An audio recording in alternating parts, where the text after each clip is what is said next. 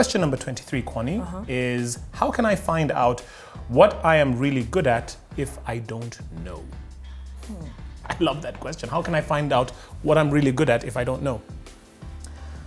I think it depends on the scenario. So if you're a student, I would say probably take the subjects that you may have an interest in that will lead you towards the career you're trying to. So probably if it's, law, or you're interested in either law or, I don't know, let's say journalism, So probably you're trying to take subjects that would probably have a mixture of both. Then you can see what would work best if that, if that would be in the direction.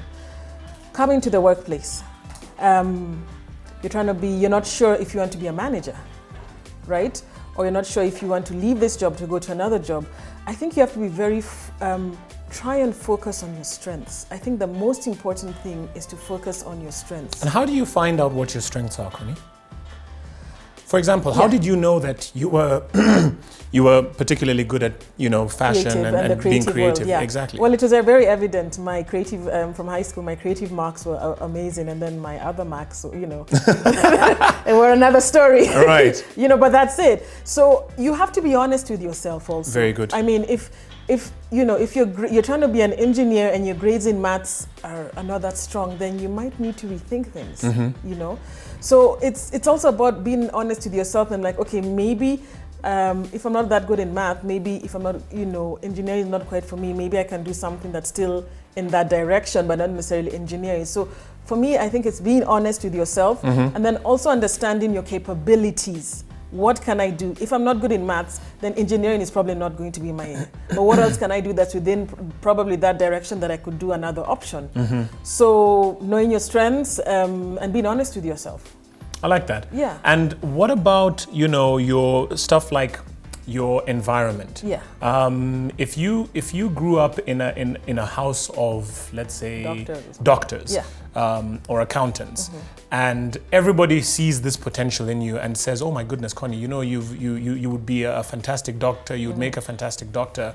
Does that have anything to do with it, or does that? It does. But another thing is maybe they see me as a doctor. But maybe I don't have the passion to be a doctor. Right. So again, honesty with yourself. Is this what I want to really do? Am I becoming a doctor because my sister and my brother and my mother are doctors? And which is what happens. A lot of people get put under pressure. Exactly. Yeah? Then you enter the medical field, then probably after a year, you're like, this is not for me. So another thing is to be, again, honest with yourself. Do I really want to get into the medical field?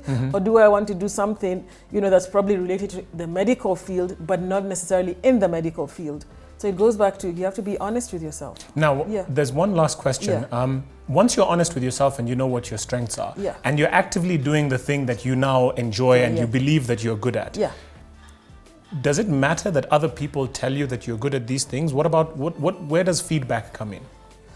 Feedback comes in once you've identified that this is my strength and this is what I want to do, and you start doing it. Then the feedback comes in like, okay, Connie, you're doing, psychology, and I think you could also, add on to this by doing this and this and this, and to become a better psychologist. That's where the feedback comes in. It's improving in the skill that you're good at to become even better. Okay. That's where the feedback comes in. So have you ever had a situation where people tell you, where you believe that you're really good as a fashion stylist, but let's say, for example, someone comes and says, well, I don't quite like what you're doing with this particular styling job. Yeah. How do you deal with that? Because it can go some way to denting whatever that self-belief is so important. Yeah. And if you believe in your heart of hearts and you've been honest with yourself that this is my strength, this is what I'm passionate about, and you start doing it, and then the society or the customers tell you that actually what you're doing is not really working. Well, that's also it's called, it's the criticism and also the feedback from the customer, right? So it's to take it in strides, right? Fine. So, the customer, like, I don't quite agree with this part, but this I do it. So it's for you to say, fine, I will take your, I may not necessarily change what I've done with the styling project. I may make a few changes to it, but my style and my stance as a stylist stand that this was my projection for this project. I will take your feedback. I may tweak a few changes, but the overall output of the project, this was my vision. So will it stop you from continuing on your journey as a stylist? It won't. It shouldn't, right? It shouldn't stop you. Again, it has to go back to self-belief. Okay. Yeah. Okay.